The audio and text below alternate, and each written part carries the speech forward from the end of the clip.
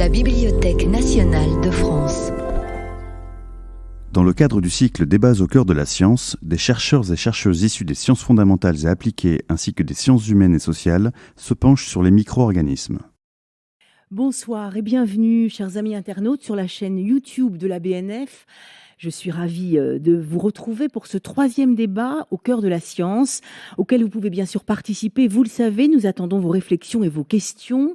Ce soir, c'est Angèle Clémarès du département des sciences et techniques de la BNF et moi-même, Caroline Lachowski, journaliste et productrice de l'émission Autour de la question sur RFI, qui nous ferons le relais de vos suggestions, de vos questions auprès de nos intervenants, les chercheurs Marc-André Sellos et François Renaud, tous les deux formidables empêcheurs de penser en rond qui vont nous ouvrir de nouvelles perspectives pour l'indispensable cohabitation du vivant, de tout le vivant sur Terre. Comment vivre en bonne intelligence, comment cohabiter, pas seulement pour le pire, mais aussi pour le meilleur, avec tous les micro-organismes, bactéries, microbes, virus qui nous constituent et qui représentent l'essentiel, la majorité des êtres vivants sur Terre. L'enjeu est de taille et la question évidemment plus qu'urgente en pleine crise sanitaire et écologique. Heureusement, il y a des pistes. D'abord, peut-être se rappeler que nous ne sommes jamais seuls, pour reprendre le titre de l'un de vos ouvrages. Marc-André Sellos, bonsoir Marc-André. Bonsoir. Merci d'être ici avec nous en présentiel. On a la chance d'être avec vous. Vous êtes professeur au Muséum national d'histoire naturelle, mycologue, spécialiste des symbioses, auteur entre autres donc de Jamais seul, ces microbes qui construisent les plantes, les animaux et les civilisations. Comment vivre avec les pathogènes au XXIe siècle pour une écologie de la santé. Voilà ce que vous défendez et recherchez. François Renaud, bonsoir. Bonsoir à l'Ardèche, bonsoir à tous les internautes. Merci d'être en visio avec nous depuis Montpellier, où vous dirigez le laboratoire de recherche sur les maladies infectieuses et vecteurs, écologie, génétique, évolution et contrôle. Il est urgent de procéder à un réexamen complet de nos modes de collaboration avec les microbes. C'est ainsi que nous alertait, c'était au printemps 2000, le prix Nobel de médecine Joshua Lederberg. On peut dire que c'est ce que vous faites au quotidien, François Renaud et Marc-André Sellos. Nous devions également être en lien, être en visio avec l'anthropologue des sciences de la santé et des microbes, Charlotte Brive, que nous en profitons pour saluer. Elle a la charge de ses enfants en cette période de confinement et ne peut être avec nous. Il nous a cependant semblé essentiel de maintenir et de partager cette nouvelle approche éclairée en co-construction sur le vivant en général et sur les micro-organismes en particulier. Car on a plutôt tendance d'ordinaire, alors soit à se voiler la face en ignorant cette extraordinaire micro-biodiversité qui nous entoure, qui nous façonne, soit, comme en cette période de pandémie, à croire possible de les éradiquer totalement, instantanément, de gagner la guerre dans cette course aux armements aussi ancienne que la vie elle-même, course qui risque fort de se retourner contre nous, les humains, si nous ne nous remettons pas en cause nos manières d'habiter et surtout de cohabiter avec les autres vivants sur Terre, aussi petits soient-ils. Alors pour ouvrir notre réflexion sur notre avenir commun avec les micro-organismes, nous vous proposons, chers amis internautes, de commencer, comme chaque fois, vous le savez, par un petit retour en arrière, grâce aux formidables archives de la Bibliothèque nationale, avec ce document, Angèle Clémarès, extrait d'un roman d'anticipation paru en 1892, sous la forme d'un feuilleton dans l'hebdomadaire La Science illustrée. C'est la vie électrique, le XXe siècle, écrit et illustré par Albert Robida.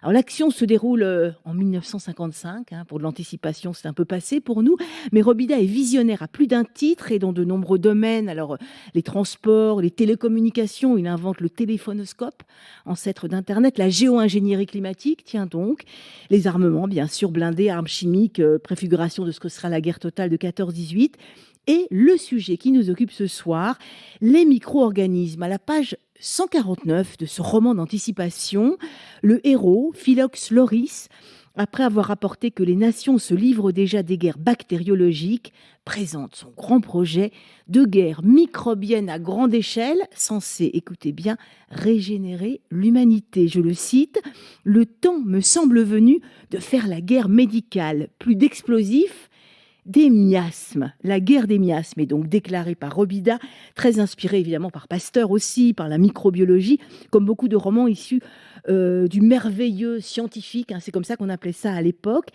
Mais cette guerre des miasmes avec ou contre les microbes fait évidemment écho à ce que nous vivons aujourd'hui. Alors peut-on sérieusement croire qu'on peut faire la guerre aux microbes, puis surtout qu'on peut la gagner, la guerre avec les microbes? François Renaud, vous qui travaillez sur tous ces agents pathogènes, infectieux ou émergents, parler de guerre contre les microbes, est-ce que ça a un sens? Je veux dire, à mon sens, déjà, il faut planter le décor et regarder un peu ce qu'est le vivant. Finalement, le vivant, pour moi, c'est un monstre sans foi, mais qui a des lois. Et donc, les microbes, ils ont toujours existé. Et si l'on regarde cela, ce que je veux dire, c'est que des cimes des montagnes, au fin fond des fosses océaniques, le vivant est présent. Il est évident que le vivant, même quand il n'y aura plus des hommes, il y aura toujours du vivant. La seule chose qu'il va craindre, c'est quand le soleil va perdre de son énergie, qu'il va augmenter en volume et qu'il va venir absorber ces planètes. C'est tout ce qu'il craint, à mon sens. Mais si l'on se place plus près, et nous, et je dirais que nous sommes un butin de guerre, le butin de guerre du vivant. Parce que si on regarde nos cellules, regardons nos cellules, et tout ce que l'on peut observer dans la vie, tout ce que l'on voit, les virus et les bactéries, vous ne les voyez pas. Mais tout ce que vous voyez de vivant autour de vous, que ce soit des fauvettes, des orchidées, tout ce que vous voyez qui peut vivre et qui représente le vivant, sont constitués d'une cellule qui présente un noyau et qui présente un organisme qui s'appelle la mitochondrie. Or, cette association entre le noyau et la mitochondrie qui a permis, je dirais, de sortir des systèmes marins, qui a permis de sortir des systèmes anaérobies pour pouvoir conquérir les systèmes oxygène, avec l'oxygène. Parce que l'oxygène, pour certains organismes vivants aujourd'hui, c'est un poison violent. Donc c'est cette association entre une cellule primitive et une bactérie, on va dire, de façon générale, qui a permis cette, je dirais, émergence de la vie telle que nous la voyons. Et ça, c'est bien un conflit, l'un mangeait l'autre, l'un parasitait l'autre, jusqu'à un beau jour où, au fil du temps, au fil des interactions, au fil des conflits, il s'est instauré ce qu'on appelle aujourd'hui une symbiose. Et sans cette symbiose-là, nous n'existerions pas. Ça, c'est le premier point. Donc, nous sommes déjà le fruit d'une guerre, je dirais, entre deux organismes. Nous sommes constitués de cela. Mais plus au-delà de ça, nous sommes des mammifères placentaires.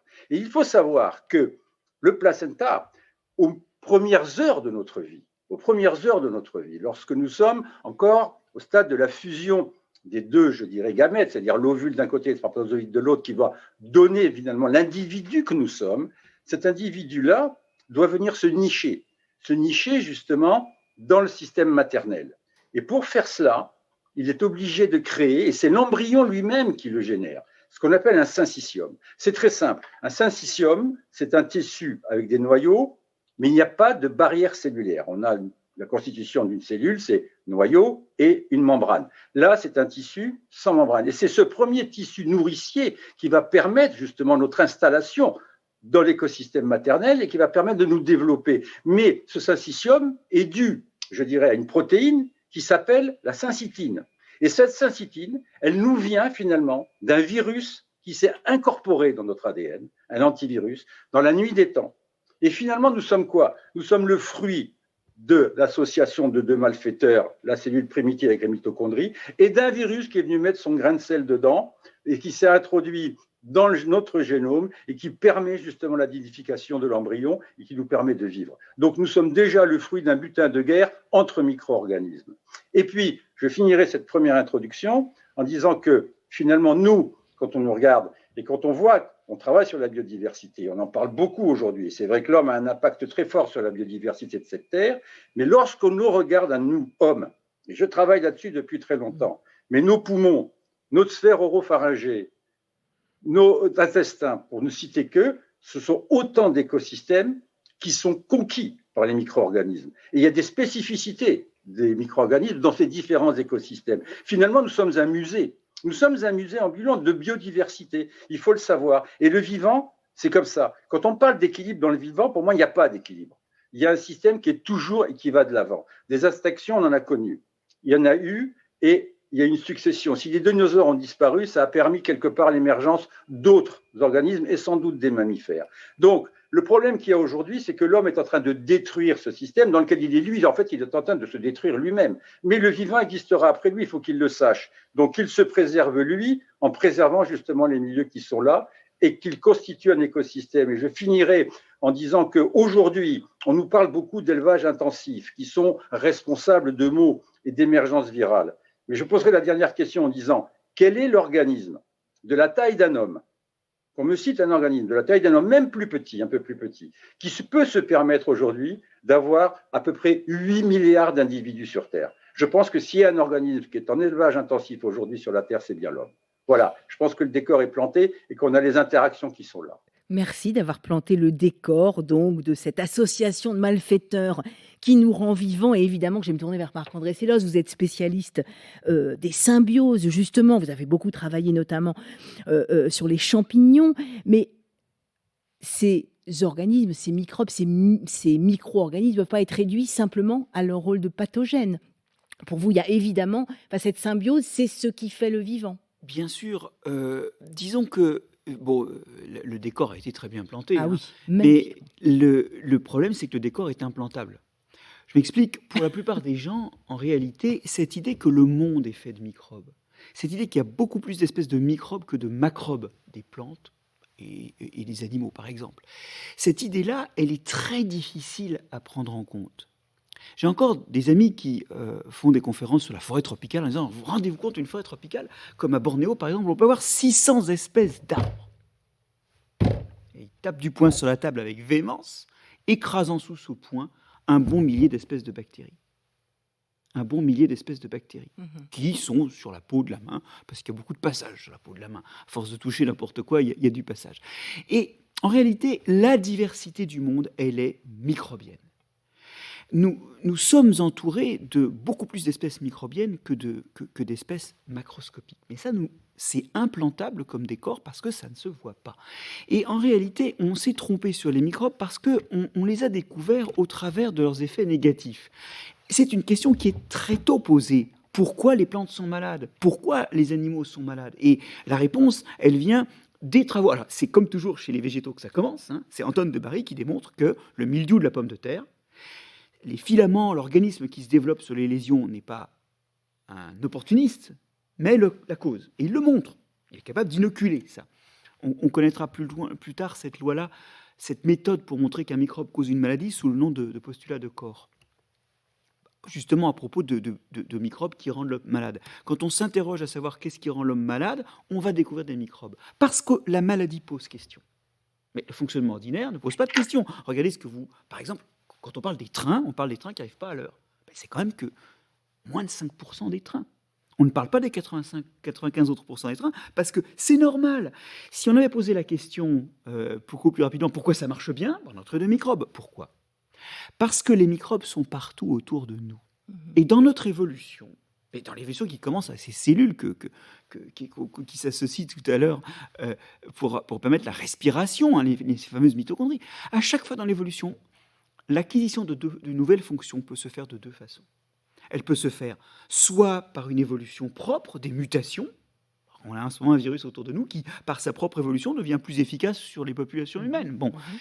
Mais l'autre façon, c'est de prendre un microbe, un truc qui tient partout parce qu'il est petit. Hein, les microbes, dans un organisme comme le mien, c'est comme une paire de chaussettes dans une valise. Hein, il y a toujours de la place. Bon. C'est de prendre un microbe et de s'approprier ses fonctions. C'est ce qui s'est passé quand les cellules d'eucaryotes, puisque c'est de ça dont on parlait tout à l'heure, ont appris à respirer. Elles ont pris une bactérie qui faisait la respiration. Ensuite, quand mes ancêtres ont commencé à avoir besoin de digérer, à avoir besoin d'enzymes différentes ou de se protéger contre les agresseurs, une partie de la façon dont ils l'ont fait, c'est de s'approprier ce qu'on appelle ce microbiote, hein, c'est-à-dire ces microbes du tube digestif et de la peau qui nous aident à nous défendre, qui nous aident à digérer. Et puis quand nos civilisations se sont trouvées confrontées à des problèmes comme manger au néolithique, quand on a inventé l'agriculture, le lait, nos ancêtres, ils ne digéraient pas le lactose, ils ont fait du yaourt. Les bactéries ont détoxifié le lactose en le transformant en biomasse de bactéries. Quand nos ancêtres ont dû manger du chou, qui était à l'époque, il n'y avait pas eu de sélection, les choux, ils étaient toxiques. Ils les ont fait fermenter. Nos ancêtres ou les ancêtres d'autres populations qui ont commencé à manger du manioc, qui produit du cyanure quand on le coupe, ils l'ont fait fermenter. C'est-à-dire que Alors, il y a aussi les méthodes de trempage. C'est-à-dire que culturellement, nous avons là encore eu cette dichotomie. Soit nous avons acquis des traits par l'évolution culturelle propre, soit nous les avons acquis en recrutant des microbes. Et l'histoire a recommencé. Bref, c'est un vaste bégaiement dans lequel les microbes nous ont cassé les pieds de façon répétitive, et on y reviendra. Mais ils ont aussi été des opportunités récurrentes. Des alliés, on peut parler d'alliés, enfin même plus que des alliés. Du coup, certains d'entre eux sont devenus des alliés. Mais ne nous l'aurons pas. J'aime bien cette formule, alors elle est géniale quand même, hein. Des monstres sans foi, mais avec des lois. Oui, la loi de l'évolution, mais sans foi. Il y en a qui sont bons et mauvais. Regardez la bactérie, l'Helicobacter pylori, qui provoque les ulcères, beaucoup des ulcères de l'estomac. C'est par ailleurs une bactérie qui protège des cancers de l'ésophage ou même, semble-t-il, de l'asthme. Alors bon ou mauvais, elle existe. Et c'est ça la loi, c'est que ce qui se reproduit existe.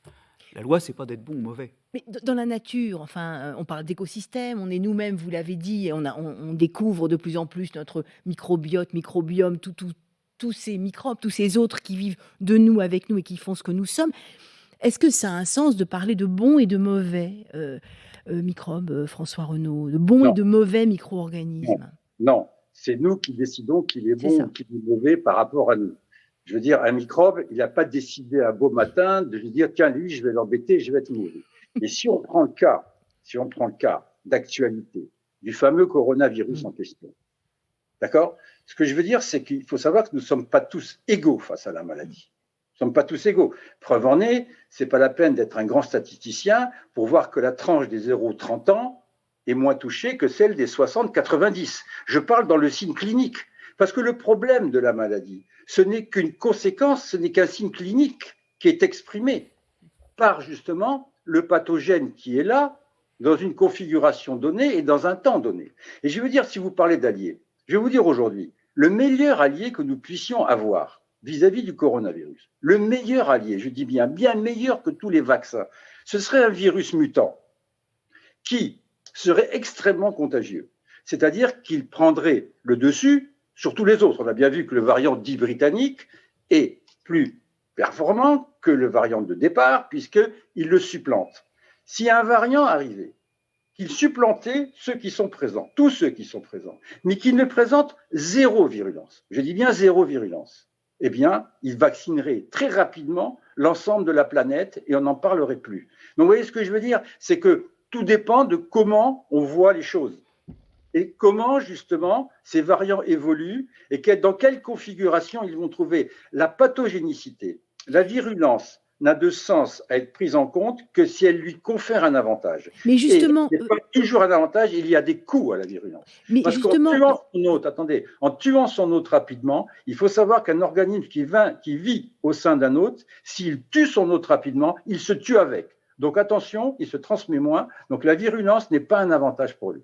c'est ça justement là-dessus que je voulais vous reprendre, François Renaud, parce que est-ce que c'est pas un avantage justement pour ces microbes, pour ces virus, alors pas de tuer l'autre, mais de pouvoir se reproduire. Finalement, vous le disiez vous-même, on est un réservoir, nous tous les êtres humains, pour toutes ces familles de virus, de bactéries, de microbes. Alors vous dites pas trop de virulence, mais il faut quand même qu'ils puissent survivre. Donc dans cette association de malfaiteurs, qu'est-ce qui fonctionne pour l'un, qu'est-ce qui ne fonctionne pas pour l'autre?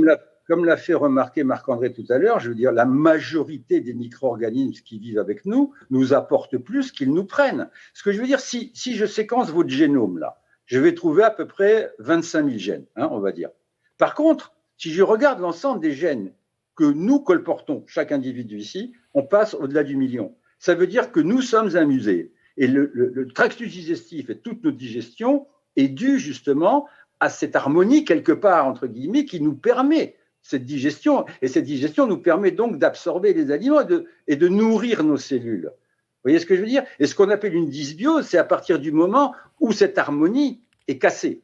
Et c'est là que les problèmes entrent. Mais ce n'est pas le problème d'abriter des organismes. Le problème, c'est de quel organisme, à un moment donné, va venir perturber le système et quel avantage ça va lui procurer à lui de perturber ce système s'il devient virulent. Et je vais être extrêmement dur là, mais on parle science, on est d'accord, on enlève le côté anthropomorphique, on parle science. Ce que je veux dire par là, c'est que à l'échelle de l'évolution,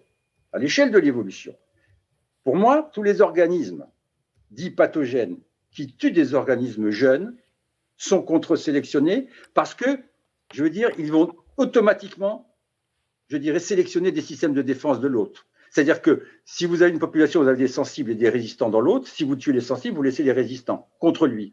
Par contre, s'il se met à attaquer une partie de la population qui s'est déjà reproduite, il n'a plus aucun impact sur l'évolution, mais absolument plus aucun impact sur l'évolution. Vous comprenez ce que je veux dire? C'est-à-dire que là, il va jouer comme un gène de sénescence, il va faire disparaître ceux qui ne se reproduisent plus. Eh bien, c'est ce qui se passe dans les populations au cours de l'évolution. Parce que finalement, je le répète, le vivant est un monstre. Nous ne sommes que ces enveloppes qui transportent le message, comme d'autres enveloppes. Tout le vivant que l'on voit autour de nous, nous ne sommes que des enveloppes temporaires du transport de ce message. Et c'est ça la seule chose qui compte d'un point de vue de l'évolution. Ça, c'est du point de vue de l'évolution. C'est vrai que c'est un peu raide à avaler, Marc-André Sellos, mais c'est la réalité. C'est la loi. C'est la loi. C'est la loi de ces monstres qui n'ont pas de foi, mais qui ont une loi et qu'il ne s'agit évidemment pas d'éradiquer. La solution, enfin, ça c'est complètement à la fois fou et mégalomane. Ou qu'est-ce que vous en pensez, justement?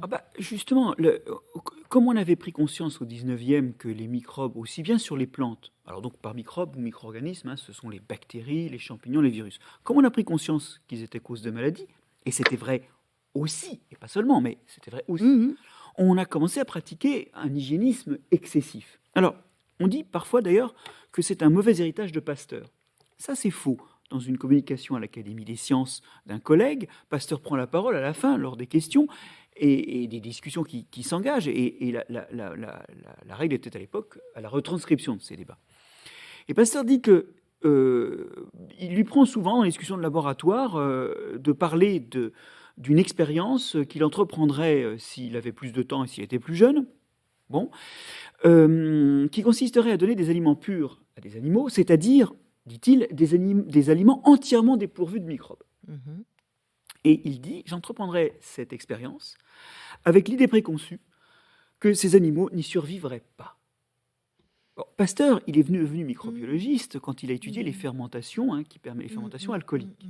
Et donc Pasteur, il était d'emblée plongé dans des microbes qui n'étaient ni bons ni mauvais. Mais il se trouve que les héritiers de Pasteur, les médecins, ont opérationnellement empli l'espace de gestion des microbes par des méthodes qui les éliminent. Nos aliments ne sont plus très riches en microbes, nos mains sont toujours propres, notre peau est hyper ripollinée, et à la fin, dans nos organismes, quand on compare nos organismes à ceux de populations, par exemple amazoniennes, qui vivent dans des modalités sans contact avec les Européens et dans des modalités de vie complètement différentes, nous avons entre 1,5 et 2 fois moins de diversité microbienne. Alors, vous allez me dire, et alors? Justement, souvent quand on parle de biodiversité et de perte de la biodiversité, on a en tête la disparition du rhinocéros blanc et des choses comme ça. Et les gros animaux. On se dit, mais il y a des gens qui nous disent, oui, mais attendez, la biodiversité, ça peut servir, ça va finir par être grave pour nous. Le rhinocéros blanc, franchement. Non, en fait, l'endroit où la perte de biodiversité est la plus catastrophique, c'est la perte de biodiversité de nos entrailles. Parce qu'on sait aujourd'hui que 3 grands types de maladies de la modernité qui sont en pleine explosion proviennent justement d'une réduction de diversité microbienne, et je pense qu'on va en reparler après. Premièrement, les maladies du métabolisme, tout ce qui est obésité, diabète. Deuxièmement, les maladies du système immunitaire, où il surréagit à asthme, allergie ou maladie auto-immune, où il agresse l'organisme. Et puis, dernier type de maladie, les maladies du système nerveux, Parkinson, Alzheimer, mais surtout,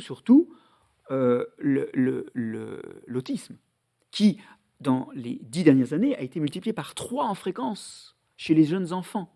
Ça, c'est des maladies en pleine explosion. La somme des maladies que je viens de dire, elle va toucher 1 Européen sur 4 en 2025, c'est-à-dire juste demain.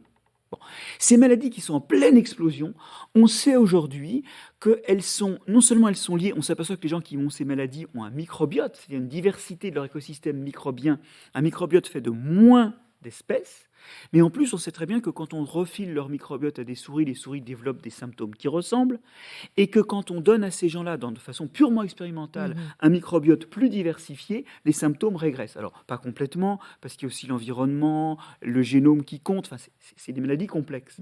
Mais on sait aujourd'hui que, en fait, ces maladies de la modernité, c'est la conséquence en partie d'un écroulement de biodiversité microbienne en nous. Et c'est un des endroits les plus clairs où la perte de biodiversité commence à nous atteindre fonctionnellement, Et c'est une des preuves les plus claires que nous sommes construits avec des microbes. Alors, il y a des gens qui disent co-construits, mais c'est une insulte à l'étymologie de construire. Nous sommes construits, nous sommes montés avec des microbes. Nous sommes construits avec des microbes. Je vous entends bien tous les deux et je pense que c'est très Et important. on est démontés sans eux. Et, pardon. Et on est détruits sans eux. Mais comment fait-on aujourd'hui où vous parlez d'hygiénisme?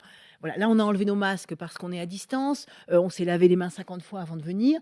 Comment est-ce qu'on fait aujourd'hui, puisqu'on est ici et maintenant dans cette situation pandémique, où l'on voit bien qu'il y a des virus mutants qui, pour le moment, ne nous tuent pas tous, mais enfin qui... Alors, j'entends bien ce que vous avez dit, François Renaud. Peut-être qu'on est très nombreux sur cette terre et que, on attire les virus et nos modes de vie les favorisent. Écoutez, on est très nombreux sur cette terre. Je pense qu'un jour, déjà, je vais passer à d'autres choses, que les hommes politiques de cette terre devraient se mettre tous autour d'une table. Ce serait un monde parfait. Qui réfléchissent au fait de comment on va nourrir 9 milliards, voire 10 milliards d'individus dans 50 ans sans produire de protéines de masse. Ça, moi, je veux qu'ils m'expliquent. C'est-à-dire sans produire de la protéine de masse, en n'ayant pas d'élevage intensif et en ne détruisant pas les écosystèmes. Là, il va falloir qu'ils m'expliquent. Parce que moi, je ne sais pas. Mais ça, je trouve qu'on n'a pas vraiment beaucoup réfléchi. Mais pour revenir à ce que disait Marc-André, entièrement raison. Il faut savoir, n'en déplaise à certains, nous sommes tous des enfants d'Afrique. Nous sommes tous issus d'Afrique. Et lorsque l'on regarde, si vous voulez, le gradient qu'il y a entre l'équateur et les hémisphères nord et l'hémisphère sud, vous avez une décroissance du niveau des pathogènes. Ça veut dire que les pathogènes sont vraiment dans la zone intertropicale. C'est comme ça. Depuis la nuit des temps, ils sont là, parce qu'il y a des configurations qui leur permettent de se développer là. Et que l'homme, justement, dans son berceau initial, a été confronté à ces pathogènes, et ses ancêtres aussi, et qu'à partir de ce moment-là, on a un système immunitaire extrêmement développé. Et ce que disait Marc-André tout à fait juste, c'est que la perte, finalement, de la biodiversité de ces micro-organismes fait qu'à un moment donné, notre système immunitaire, qui est un système immunitaire très performant, va se retourner contre lui. Et nous allons avoir les fameuses maladies auto-immunes, allergies et également maladies de Crohn. Vous voyez ce que je veux dire? C'est-à-dire qu'on coévolue quelque part avec les micro-organismes. Et vouloir absolument s'en séparer et éradiquer, d'abord, ce n'est pas possible et c'est peut-être une grosse erreur. Et je vais prendre un exemple de guerre qu'il y a eu, indirect, effet collatéral. On va accuser personne, c'est l'histoire de l'homme. Lorsqu'il y a eu la conquête du Nouveau Monde, quand les Européens sont arrivés en Amérique du Sud, les escopettes, les fusils ont tué des gens. Mais qu'est-ce qui a surtout tué des gens? Qui a tué les enfants? Ce sont les maladies que l'on appelle bénignes chez nous. La rougeole, la varicelle, pour ne citer qu'elles. Mais eux n'avaient pas évolué avec ces maladies-là. Donc ils n'avaient pas un système immunitaire qui avait été, je dirais, façonné par l'attaque de ces parasites et cette confrontation qui permet justement de façonner le génome. Et là, ça a été une catastrophe. Parce que tuer les enfants dans une population, il n'y a rien de pire. Si le coronavirus en question tuait les enfants, je peux vous dire que ce serait une toute autre histoire. C'est déjà une catastrophe, mais alors là, ce serait carrément une énorme catastrophe. Donc il faut voir ça aussi. Et quand on parle d'éradiquer, il faut oublier ce terme. Il faut totalement oublier ce terme, il est faux. S'il y a une maladie dont on peut se vanter de l'avoir éradiquée, c'est la variole. Voilà. D'accord, il n'y a plus de cas de variole déclarés depuis des années. Mais toutes les autres maladies sont toujours présentes et il en apparaît. Et gardons à l'esprit qu'au sortir de la guerre, de la Deuxième Guerre mondiale, les Américains ont dit le paludisme, on en fait notre affaire. On a couvert l'Afrique pratiquement de DTT. On n'a jamais essayé d'estimer les conséquences sur les écosystèmes que ce pesticide pouvait avoir, et sur les gens et sur les enfants. Mais force est de constater que le paludisme, il est toujours là, et qu'il n'a jamais été éradiqué, et qu'aucune autre maladie n'a été éradiquée. Donc, dans l'avenir, je pense que la réflexion, ce sera vivre ensemble. Et comment pouvons vivre, nous, le mieux ensemble? Et je trouve que l'homme qui cherche, justement, bien souvent des molécules, et c'est vrai, c'est très bien, dans les plantes, et beaucoup des médicaments que nous utilisons dérivent de molécules trouvées chez les plantes, c'est parfait. Je trouve que l'homme n'exploite pas assez, justement, les confrontations qui existent entre micro-organismes. Parce que ça, Marc-André peut en parler mieux que moi. Mais vous avez des guerres moléculaires qui se font entre organismes et qui se régulent entre eux. Et je trouve qu'on n'utilise pas assez justement ces armes naturelles qu'ils ont entre eux et qu'il y a une voie de recherche là énorme pour comprendre comment justement on pourrait contrôler et essayer de vivre ensemble en toute harmonie, en tous les cas, dans le maximum d'harmonie, c'est-à-dire le moins de préjudice possible porté à notre santé. Marc-André Sellos, là, c'est vraiment à vous. Parce que comment encourager, au fond, ces symbioses? Enfin, comment déjà les étudier? Et puis, dites-nous un peu à quel point, vous qui avez beaucoup travaillé sur les champignons, à quel point il y a vraiment de la collaboration, enfin de la symbiose, c'est comme ça qu'on dit, et que c'est gagnant-gagnant. Quelle recherche là-dessus? Et comment les encourager, comment les développer, à la fois les recherches et ce que ça donne pour le résultat? Alors, oui, je pourrais vous parler de ça, mais je pense qu'il y a aussi un point quand même dont je voudrais Oui. parler, parce que quelque part, ce qui se cache en filigrane de ce qui vient d'être dit, et qui est très très juste, hein, c'est quand même qu'on a du mal à se voir, nous, dans le monde, comme un composant ordinaire du monde. Mm. On a cette vision de l'homme qui cultive le jardin, on a cette vision de l'homme prédateur, mais on est une espèce comme une autre. C'est-à-dire que bien sûr, nous nuisons à d'autres espèces, notamment parce que nous les mangeons, mais nous sommes aussi mangeables. Alors évidemment, on ne finit pas sous la dent d'un tigre à dents de sabre, ça c'est clair. Mais on finit sous la dent d'un virus. Je veux dire, cette humanité qui est nombreuse, qui en plus voyage, c'est-à-dire que n'importe quelle maladie en un point va se diffuser vers un autre. Cette humanité est un vaste garde-manger, c'est un champ à moissonner. Et bon, François le disait, hein, pour le coup, le moissonneur là n'est pas trop méchant ce coup-ci. Il est pourtant, enfin, on peut regretter toutes les morts que l'on voit, mais c'est pas le chaos total. Mais c'est un champ à moissonner, l'humanité. Il faut nous voir comme aussi une proie. Il faut retrouver notre place dans le monde, qui est, comme toutes les espèces, d'être mangeurs et mangés. Et du coup, On n'y arrive pas à ça, on l'a oublié, on se pense vraiment trop à part, en au-dessus. singulier, puis peut-être un peu omnipuissant. Les Américains face au paludisme le racontent. Et quelque part, on n'arrive pas à comprendre que nous sommes soumis aussi aux lois naturelles, finalement, et que ces lois naturelles sont plus fortes que la décision qu'une élection ait lieu à un moment. Oui. Ou que le Conseil constitutionnel décide à un moment que porter des masques, parce qu'il y a eu ça en France, que le Conseil constitutionnel décide que porter des masques dans certaines villes et pas dans d'autres, c'est contraire aux libertés constitutionnelles. Désolé, il y a une loi biologique. Et à un moment, il faut la regarder dans les yeux. Parce que si on la regarde dans les yeux, on ne la prend pas dans la gueule. Je m'explique. Ce qui se passe avec les maladies, c'est qu'elles nous tombent dessus et puis on se dit « Oh, flûte le sida, c'est vrai !» Bon. Et puis finalement, ça part plus, hein. Une fois que la maladie est là, vous avez vu, le sida, c'est un exemple de ce que disait François, c'est les maladies avec lesquelles on s'habitue à vivre. On finit par arriver à vivre avec. Mais on ne les éradique pas. L'éradication, c'est très difficile et c'est réservé à un nombre limité de cas. Et il faut quand même arriver aujourd'hui à avoir une gestion politique. Mais politique, c'est pas de la science, là. Une gestion politique qui prenne en compte aussi les lois. François parlait de lois, il y a des lois, les lois de l'évolution. Quand il y a une ressource, ça sélectionne des choses qui la consomment. Sauf si on se débrouille pour faire en sorte que ça ne puisse pas arriver. Mais ça s'organise éventuellement, ça. Il faut que ces lois naturelles soient placées... Alors, je ne suis pas en train de dire que la science est au-dessus du droit et de la Constitution. Mais je pense que les lois naturelles sont au-dessus des lois constitutionnelles. Et ça, il va falloir l'acter. Ça veut dire qu'on ne peut pas sortir de l'ENA sans avoir eu une moitié des cours qui nous parlent des lois de la nature. Il y a vraiment là un scandale d'organisation de société, hein, qui font qu'on amplifie cette idée que nous sommes hors nature, et du coup la nature ne devient plus qu'un bâton que l'on reçoit, j'ai dit on la prend dans la gueule tout à l'heure, hein, alors que si on anticipait, on aurait des outils, cette connaissance des lois de la nature nous permettrait d'éviter par exemple de ne pas porter de masque quand il y a une épidémie propagée par la respiration des hommes.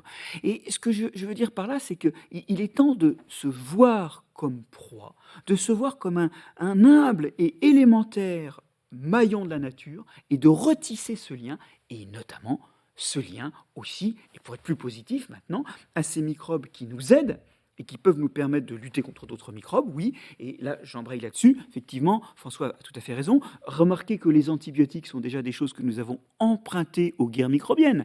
À la base, les antibiotiques sont des façons dont les microbes se tapent les uns sur les autres. Les antibiotiques, ce sont des armes dans le combat entre les microbes. Et puis nous avons aussi ce formidable outil un peu plus difficile à manipuler qui est la phagothérapie. Oui. Où on utilise des virus de bactéries pour tuer des bactéries. Alors, c'est quelque chose qui avait commencé à être développé un peu partout, d'ailleurs, avant l'utilisation des antibiotiques, mais le problème, c'est qu'il faut isoler la bactérie qui fait la maladie, puis tester différents virus de bactéries dessus, avant de savoir lequel va avoir sa peau, et dans ces cas-là, donner ce virus. Alors, c'est un peu plus lourd que de donner des antibiotiques qui ont un spectre large. Le problème, c'est que les antibiotiques qui ont un spectre large, qui tuent plein de bactéries, vont aussi tuer les bonnes, et dans toutes les espèces cibles, sélectionner les résistances. Alors François, tu en parlerais mieux que moi, je pense. Mais l'idée, c'est qu'avec un virus qui justement n'atteint que 7 ou très peu d'espèces de bactéries, la sélection se fera que dans cette bactérie, et on n'aura toujours pas perdu les armes qu'on aurait face aux autres. Mais ce qui veut dire, c'est qu'il faut, ce que vous dites tous les deux, avoir une culture scientifique, faire de la recherche là-dessus, vous écouter là-dessus véritablement, prendre en compte ce que vous dites. Et ce que vous dites tous les deux depuis de nombreuses années. Moi, je me souviens d'avoir reçu François Renaud. François, il est bien avant moi et bien mieux. Il y a de nombreuses années qui me disait l'épidémie, c'est pas la question est-ce que ça va arriver, c'est quand et où. Vous le dites, vous le savez. Et donc, il faut s'inspirer de ce que vous recherchez et continuer ces recherches-là. Il faut être là ce soir pour en parler. Oui, absolument. Peut-être nous dire, lui, je pense qu'il n'a pas été très étonné de ce qui nous est arrivé depuis un an. François Renaud. Non, je ne suis pas du tout étonné, je veux dire, on le savait. La chose qu'il va falloir aussi bien prendre en compte, parce que là, il est évident qu'aujourd'hui, c'est à l'actualité. Donc, on va développer, et on développe, et on va mettre beaucoup d'argent dans tous les pays pour dire, on va essayer de comprendre l'émergence et de l'arrêter. Attendez. Soyons quand même humbles. Moi, je compare l'émergence exactement au système sismique. Les géophysiciens sont déjà intelligents. Les géophysiciens, ils vous disent, là, il y a une zone à risque. Mais ils ne vous disent pas que ça va casser mardi matin, ou dans 10 ans, ou dans 100 ans. Ils vous disent, là, attention, il y a une zone à risque. Parce que l'émergence en question, regardez tout ce qu'il y a. Séquencer tout ce qu'il y a. Les Américains le font depuis des années. Ils séquencent énormément. Parce qu'on a vu arriver le coronavirus. Comment peut-on prédire qu'une mutation, si on ne l'a pas testée, va pouvoir passer et faire ce qu'on appelle le transfert, le spillover en anglais, de l'animal à l'homme? Non, on ne peut pas le savoir. Donc, ce que je veux dire, c'est attention, j'ai des zones, des hotspots où j'ai beaucoup de micro-organismes, ça se mélange beaucoup, et je peux avoir un risque. Et c'est dans ce risque-là qu'il va falloir justement être extrêmement vigilant pour que dès que l'incendie se déclare, avant d'attendre que la forêt est complètement brûlée, l'éteindre immédiatement. C'est-à-dire confiner les gens tout de suite. Et ça, il faut que tous les pays jouent ce jeu-là. Parce que l'histoire du coronavirus, quand on regarde bien, on ne connaît pas son origine. On ne sait pas. Les experts OMS, ils sont allés, on les a baladés, ils sont revenus en disant on ne saura jamais. Mais si vous regardez, j'y ai été dans les marchés et je jette la pierre à personne parce que les gens, il faut qu'ils mangent aussi. Il faut comprendre que les gens, ils ont besoin de manger sur cette terre et qu'ils ne sont pas tous comme nous dans des systèmes bien, je dirais, cartographiés et aidés. Ce que je veux dire par là, c'est que vous arrivez dans des marchés où vous trouvez des organismes, quels qu'ils soient, des civettes, des pangolins, des chauves-souris, tout ça entassé, des chats, des chiens, tout ça entassé dans des cages sur le marché à vendre. Mais ce qu'il faut voir, c'est ce qu'il y a en amont. C'est que quand ils ne sont pas vendus, ou quand ils sont pris dans la nature qu'ils sont amenés, ils sont amenés dans des hangars où tout est parqué, où tout est mis, dans des bêtes qui sont complètement stressées, qui sont totalement en dépression immunitaire. Je veux dire, le stress est un gros facteur de la dépression, on le sait. Et tout ça, je veux dire, dans un hangar confiné et plein de virus. Mais vous créez un réacteur biologique. Ce n'est pas la peine de dire que c'est sorti d'un laboratoire, que ça a été fabriqué. Vous avez, là, le jeu des possibles est énorme. Et puis au milieu de tout ça, vous avez des gens, des hommes qui se déplacent, qui découpent ci, qui fait ça. Mais vous avez créé les conditions d'émergence d'un pathogène.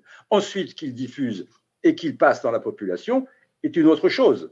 Mais vous voyez ce que je veux dire? Donc il va falloir veiller à cela et bien veiller au fait que dans l'avenir, il faut se poser en fait la question. Moi, je dis toujours, en épidémiologie, il y a la question suivante.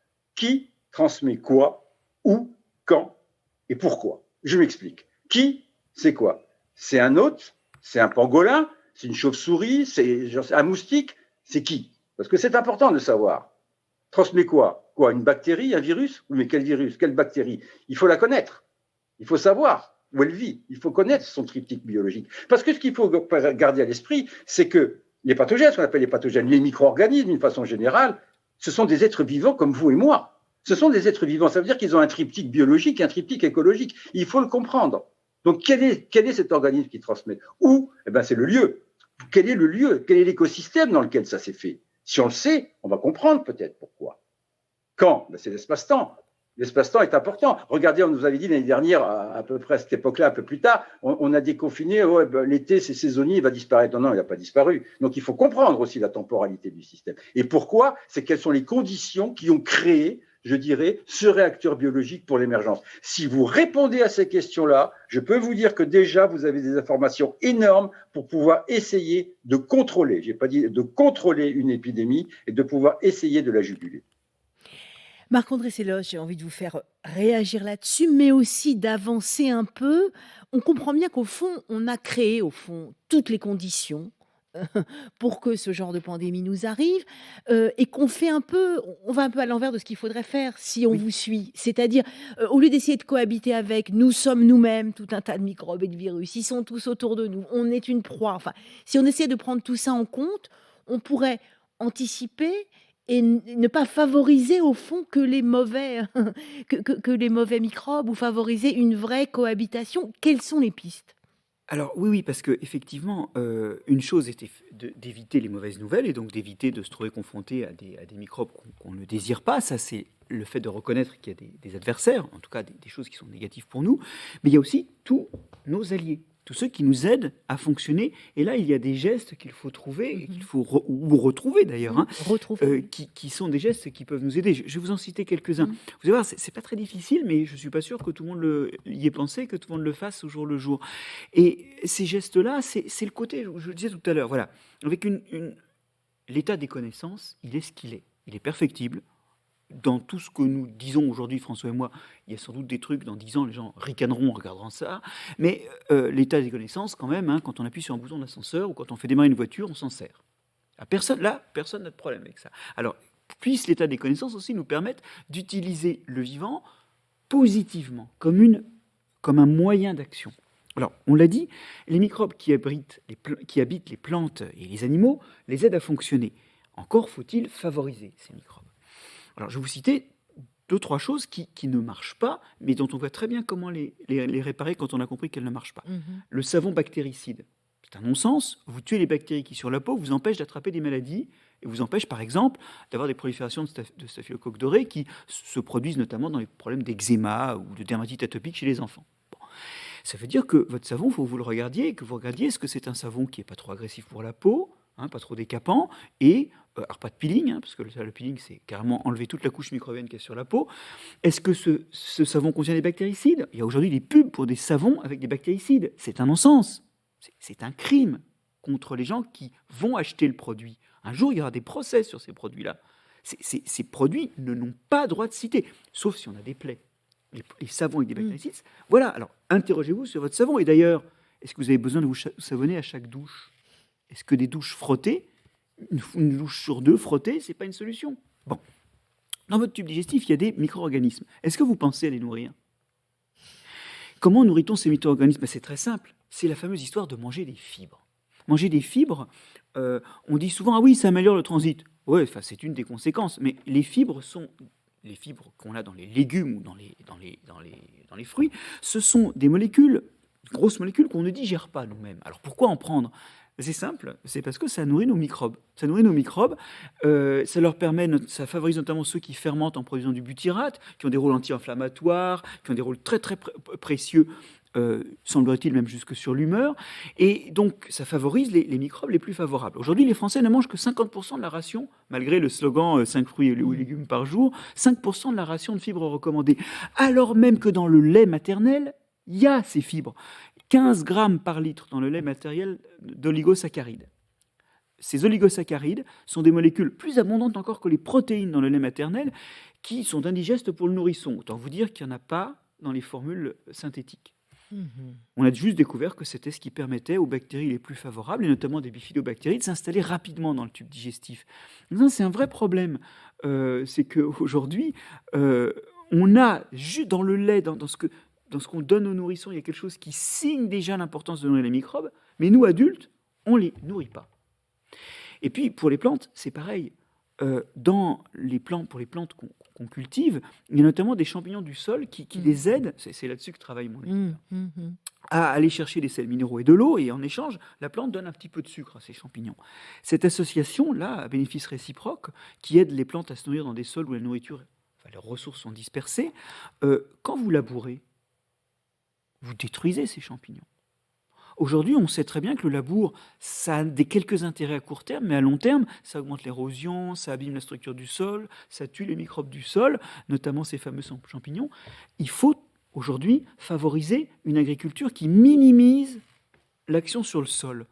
Et de façon bizarre, il n'y a pas de label aujourd'hui. Alors ça commence à agriculture sous couvert, permaculture, je crois que dans le label Déméter, il y a ça. Mais aujourd'hui, les gens s'intéressent au bio parce que ça touche directement à leur santé, mais ils ne s'intéressent pas du tout à savoir si les légumes qu'ils achètent, les plantes ou les produits qu'ils consomment ont été produits d'une façon respectueuse de la durabilité de la vie des sols. C'est ça. Et la vie des sols est fondamentale, puisque dans les sols, évidemment, il y a tous ces micro-organismes. Angèle, peut-être qu'on a quelques questions, vu que le débat est plus que lancé et bougrement intéressant. Oui, alors nous avons plusieurs questions, dont une qui demande comment se fait-il que les micro-organismes puissent évoluer aussi rapidement, et comment peut-on l'expliquer? Je peux répondre si vous voulez. François Renaud. Marc-André aussi peut répondre. Hein. Vas-y. Ça s'appelle les temps de génération. Pour qu'un éléphant devienne mature et devienne la possibilité de se reproduire, il va lui falloir plus de 10 ans. Un homme aussi. Vous voyez ce que je veux dire? Une bactérie, c'est quelques heures. Un virus, c'est quelques minutes.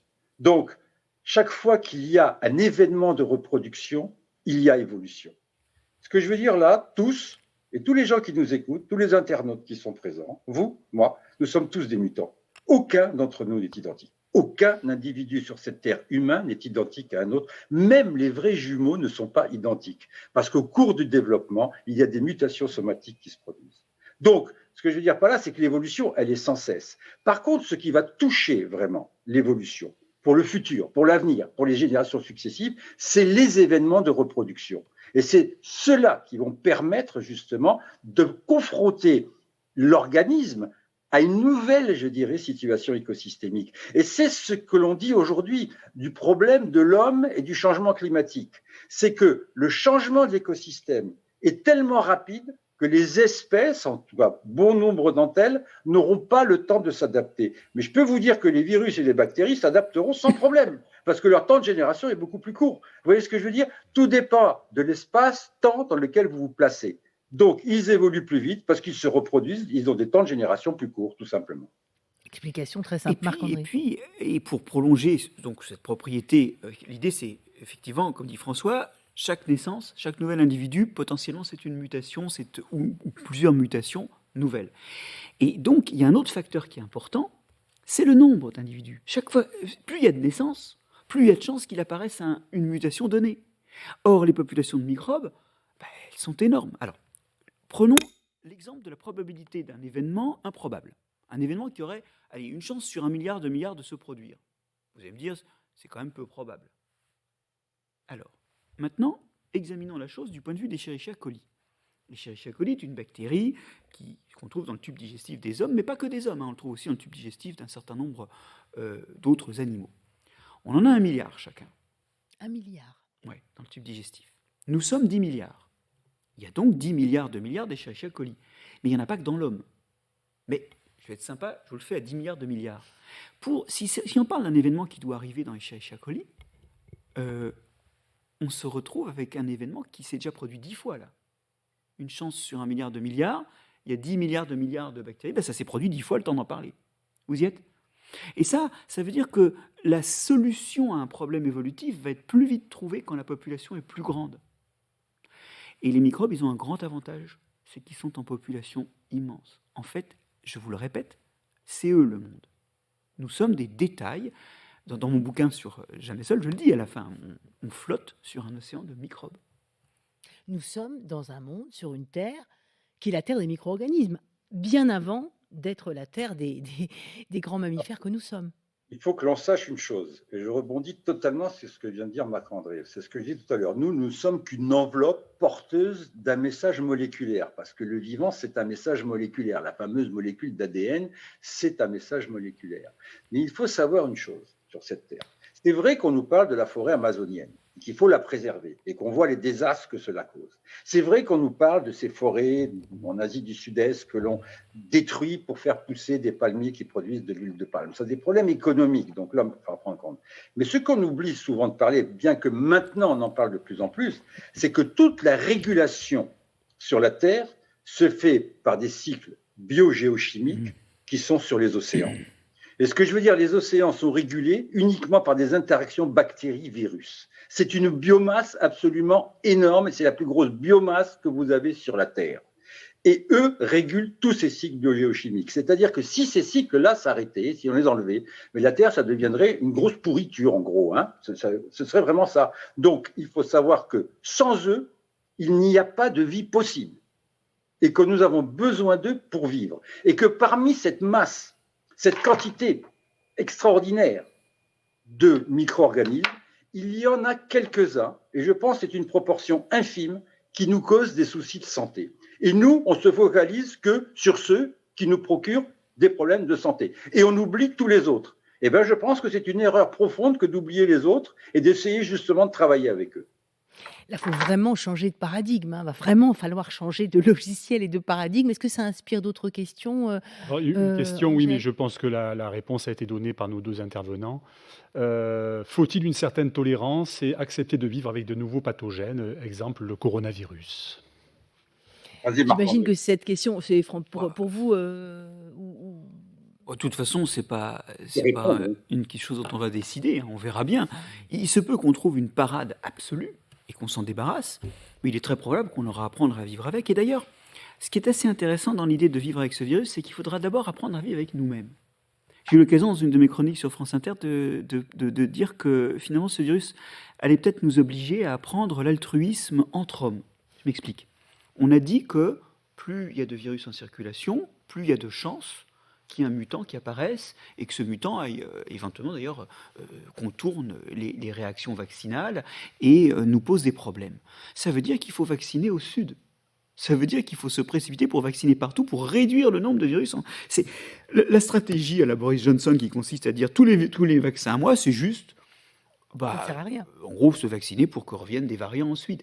Donc, quelque part, il va falloir apprendre à vivre avec les microbes et quelque part, peut-être, ils vont nous obliger à réapprendre à vivre avec nous-mêmes.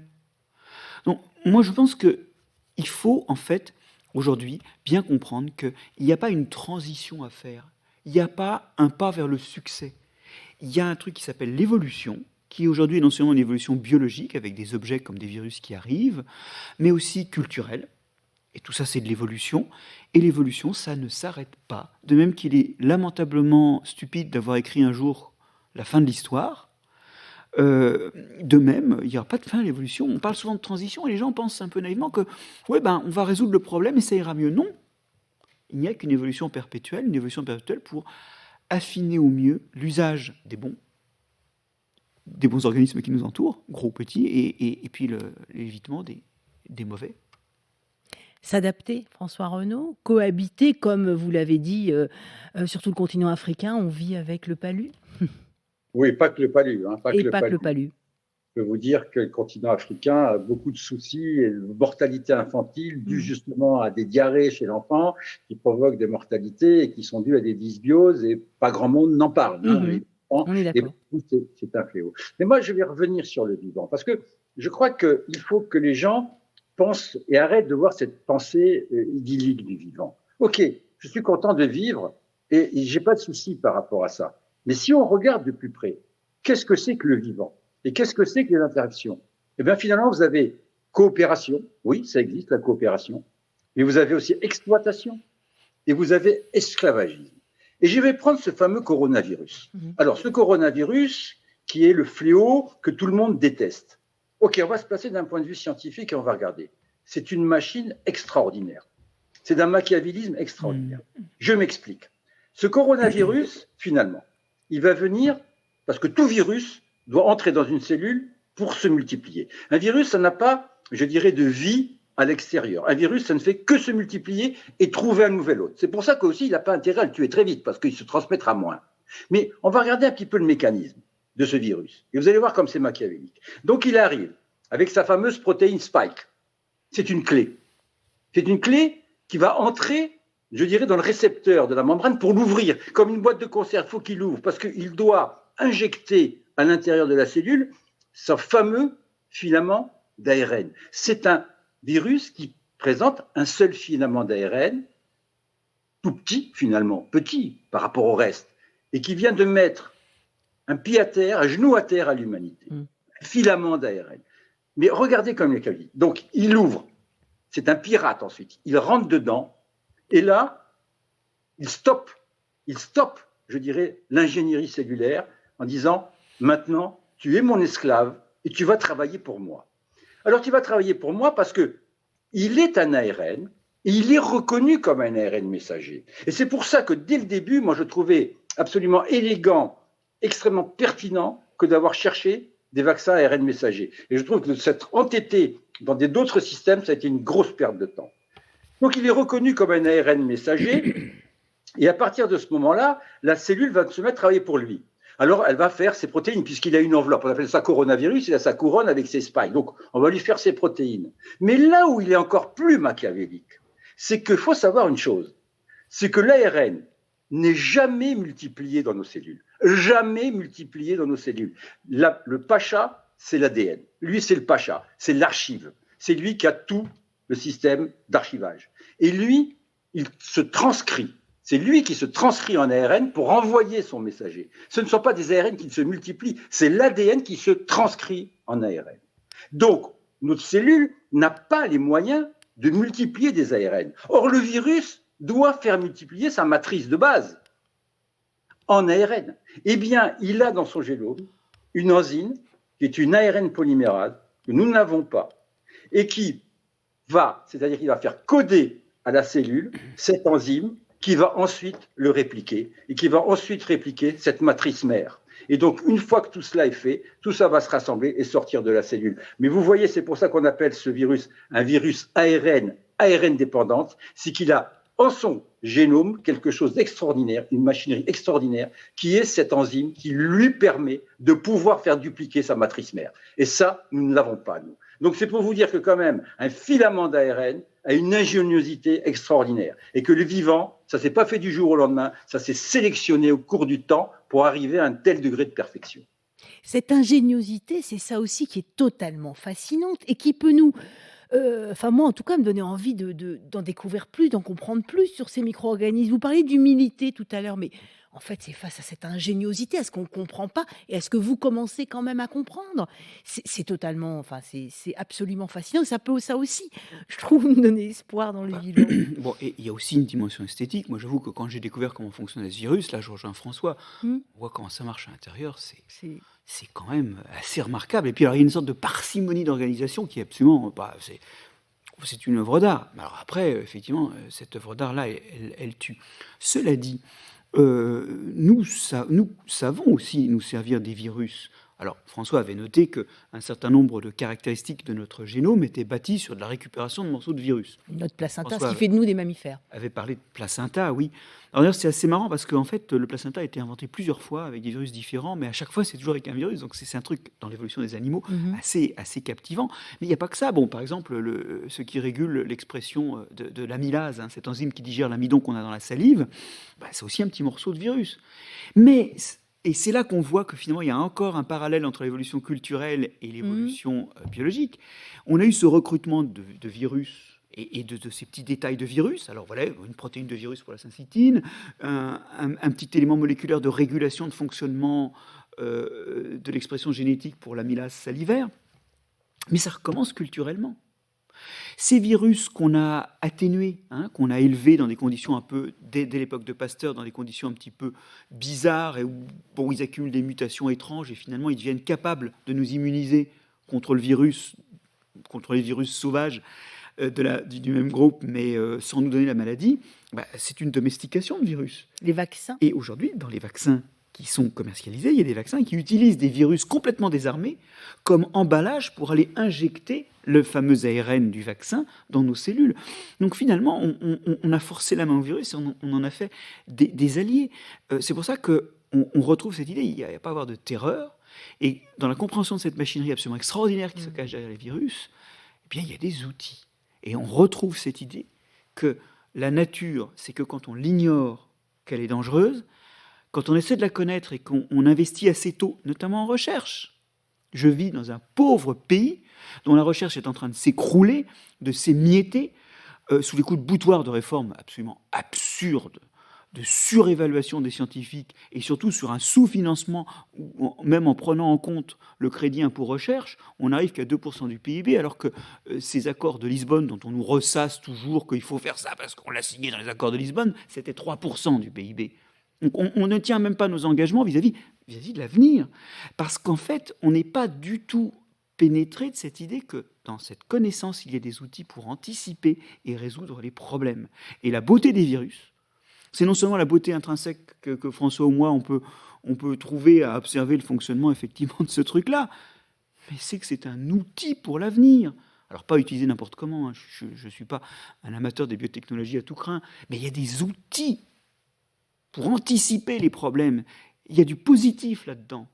On s'en sortira pas autrement, de toute façon, puisqu'on a bien compris qu'on est une enveloppe qui contient des microbes et des virus. Est-ce qu'il y a d'autres questions? J'aimerais vraiment pouvoir rebondir Allez-y. Sur ce qu'a dit Marc-André. Oui, allez-y. Je crois qu'aujourd'hui, on est trop fasciné dans la recherche par justement tout ce qui va être brevet et recherche qui rapporte. Ce que je veux dire par là, c'est que moi, j'avoue que j'ai été extrêmement choqué. Et je trouve que, au-delà du gros problème sociétal qu'a créé et que crée cette pandémie, au-delà du problème évidemment de santé et du désastre des gens qui meurent et qui sont malades, je pense qu'il y a un grand perdant. Il y a un grand perdant dans, je dirais, cet événement, c'est la science. On a vu défiler depuis maintenant le mois de janvier dernier des gens qui savaient tout sur tout. La galerie des horreurs. Non. Je suis désolé. Chaque pendule arrêtée donne l'heure exacte 2 fois par jour. Alors, comme ils ont dit tout et son contraire, ils ont dit « Ah ben, je l'avais dit ». Non. La science, ça se démontre. Tant qu'on n'a pas démontré, de dire « Ah, je pense que non, mais je m'en fiche que tu penses ». Tu démontres. Tu me poses tes hypothèses et tu me démontres comment ça marche. Mais autrement, dire « Je pense que, je pense pas », bon, mais ça, tu peux pas, t'as le droit de penser, mais tu viens pas en parler. Il n'y a pas de honte en science à dire « Je ne sais pas ». Il n'y a pas de honte de dire « Je ne sais pas et je vais chercher ». Par contre, je trouve très dangereux de dire « je sais » si c'est faux. Ça, c'est extrêmement dangereux. Et il faut bien savoir une chose aujourd'hui, c'est qu'on néglige la recherche fondamentale, qu'on est en train de la massacrer. Mais si on arrive à faire des vaccins ARN, c'est bien parce qu'il y a des gugus dans des laboratoires un jour qui ont compris comment marchait l'ARN messager bien avant de penser à faire des vaccins. C'est qu'on a compris les fondements même de la science. Et si on n'a pas ça, et si on n'a pas cette connaissance de base du système, nous allons à notre perte. Donc, il va falloir vraiment renforcer cette science fondamentale, parce que la science, ça ne s'achète pas, ça ne se vend pas. La connaissance, et si l'homme est différent de l'animal, c'est la connaissance, et la connaissance, ça n'a pas de prix. Ça, il faut le savoir. Merci, François Renaud. Angèle, est-ce qu'il y a des questions sur plutôt des commentaires cohabitation? Par rapport à tout ce qui a été dit. Le terme d'humilité est revenu à plusieurs reprises, justement. Et le fait qu'il va falloir changer de regard, à la fois sur nous-mêmes, comme le disait Marc-André Selos, et sur le vivant en général. Et il y a une question aussi qui rejoint un petit peu les problématiques de la science et du politique, c'est de savoir comment faire bouger les gens, comment faire bouger les gouvernants, pour que justement ce regard change. Comment faire pour qu'on vous entende plus, pour qu'on apprenne à cohabiter, puisque de toute façon, de fait, on cohabite avec les micro-organismes. Mais comment faire? Il y a des pistes de la recherche, mais il y a... Marc-André. Moi, je pense que... alors je vais utiliser de travers une expression bien connue. C'est pas aux vieux singes qu'on apprend à faire la grimace. La solution, c'est la génération suivante. C'est la formation. Alors, je préside une structure qui est la Fédération Biogé, qui regroupe des académies, des sociétés scientifiques, des sociétés d'enseignants, des sociétés de journalistes, des associations d'entreprises. qui commence un combat. Alors, elle commence tout juste, elle vient de naître, elle aura ses journées annuelles le 1er avril prochain, la première série à Rouen, autour de la renaturation de la ville. Bon, c'est un des aspects. Elle milite pour remettre les sciences du vivant, de l'environnement et de la terre au service du citoyen et dans une interdisciplinarité. Attention, c'est pas on va vous sauver. C'est de dire, c'est un des outils, et cet outil, vous savez que c'est le pain, le vin et le fromage. Il y a un moment, s'il n'y a plus de vin, il faut ouvrir une bouteille parce qu'il reste du fromage et du bon. C'est la question de l'équilibre entre le pain, le vin et le fromage. Et aujourd'hui, on a eu une réforme du bac, par exemple, où les sciences de la vie et de la terre ont disparu de la première et de la terminale, alors même qu'on avait crié au ministre, attention, attention, c'est important, il faut au contraire non seulement en avoir un petit peu plus, mais surtout aussi avoir des programmes qui sont interfacés entre disciplines et qui abordent la sexualité ou le développement durable à cheval sur plusieurs disciplines chaque année. Bon. Aujourd'hui, on est encore dans cette stratégie qui aussi, ça tourner le dos à ce qu'on sait. Ça s'appelle l'acrasie, ça. Hein, ça a un nom. Nous sommes acrasiques. Voilà. L'acrasie, c'est juste faire le contraire de ce qu'on sait qu'il faudrait faire. Et aujourd'hui, on n'a pas assez de formation à ces objets pour préparer la jeunesse. Mais la solution positive, elle est là. C'est de donner les éléments de la vision du monde actuel et la capacité aussi à se préparer à ce qu'elle change aux plus jeunes. Or, aujourd'hui, comment commence la formation des plus jeunes ? Elle commence au primaire en l'absence totale de sciences. Il n'y a pas de sciences au primaire. Oui, des sciences naturelles. Il y avait des sciences naturelles. Il y avait de l'observation, mais il n'y en a plus. On a tout recentré sur les maths et la physique. Et en plus, les enseignants sont recrutés plutôt parmi des gens qui ont des sensibilités littéraires, et ils sont relativement désarmés quand on leur dit « Ah oui, il faudrait reprendre la dissection de la pomme ou faire de l'éducation à la santé ». Donc, il y a vraiment quelque chose à repenser dans les outils qu'on veut donner à la génération suivante, parce que, je le crois, la solution, elle est là. Et puis, sur les aspects épistémologiques que soulevait très, très justement François juste avant, le goût du vrai, d'Étienne Klein, ça c'était un petit fascicule, ça se lit en 2 secondes, ça mérite d'être lu parce que ça jette un jour sur la mauvaise science qu'on a vu défiler à la télé, un jour explicatif. Ça remet les pendules à l'heure, oui, le goût du vrai et une culture scientifique qui est une culture au sens large. François Renaud. Bien sûr que c'est au sens large, mais je pense qu'il faut aussi voir le système d'un point de vue, je dirais, pluridisciplinaire. Et je trouve qu'aujourd'hui, le mal, quelque part, que l'on a, c'est que les sciences sont cloisonnées. Je vous donne un exemple. Je pense qu'en France, là, en ce moment, je vais vous le dire, c'est pas la peine d'aller chercher en Asie du Sud-Est, en Afrique ou ailleurs, de savoir où l'émergence va se faire, parce qu'on dit toujours que ça vient de l'extérieur et c'est toujours l'étranger qui a tort, c'est pas vrai. Je dis, en France, nous sommes assis sur des bombes. Quand je parle d'une bombe, c'est la bombe antibiorésistance. Moi, je travaille sur l'antibiorésistance. J'en ai déjà un petit peu parlé, un terrain d'étude sur lequel j'ai un îlot qui se situe en Camargue, près de l'étang de Berre. Donc l'étang de Berre qui est une grosse zone industrielle. J'ai sur cet îlot des goélands qui nichent, des goélands leucophées et des poussins, qui ne peuvent pas sortir de l'îlot parce qu'ils ne savent pas nager, ils ne savent pas voler.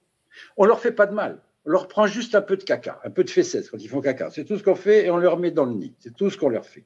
Et on regarde les bactéries qu'ils portent. Eh bien, je peux vous dire qu'il y a des antibiorésistances et qu'il y a des bactéries qui portent des antibiorésistances qui aujourd'hui, nous n'avons aucune ligne thérapeutique dans les écosystèmes hospitaliers pour lutter contre elles. Et le jour où le transfert va se faire, qu'est-ce qu'on va faire ? On va pleurer. Pourtant, on vous l'avait dit. Je dis, on vous l'avait dit, on l'a publié. Mais c'est vrai qu'il y a, pour l'instant, l'événement ne s'est pas produit. Si on me dit quand est-ce qu'il va se produire, j'en sais rien. Est-ce qu'il va se produire ? J'en sais rien. Mais il est là. Et la probabilité n'est pas nulle. Et il ne fait qu'augmenter. Et là, je dis qu'il faudrait vraiment qu'en France, on mette en place des véritables observatoires en écologie de la santé. Et je dis bien écologie de la santé. C'est-à-dire que des physiciens, des chimistes, des biologistes, des évolutionnistes, des sciences de l'homme et de la société, parce que comment les gens perçoivent le système.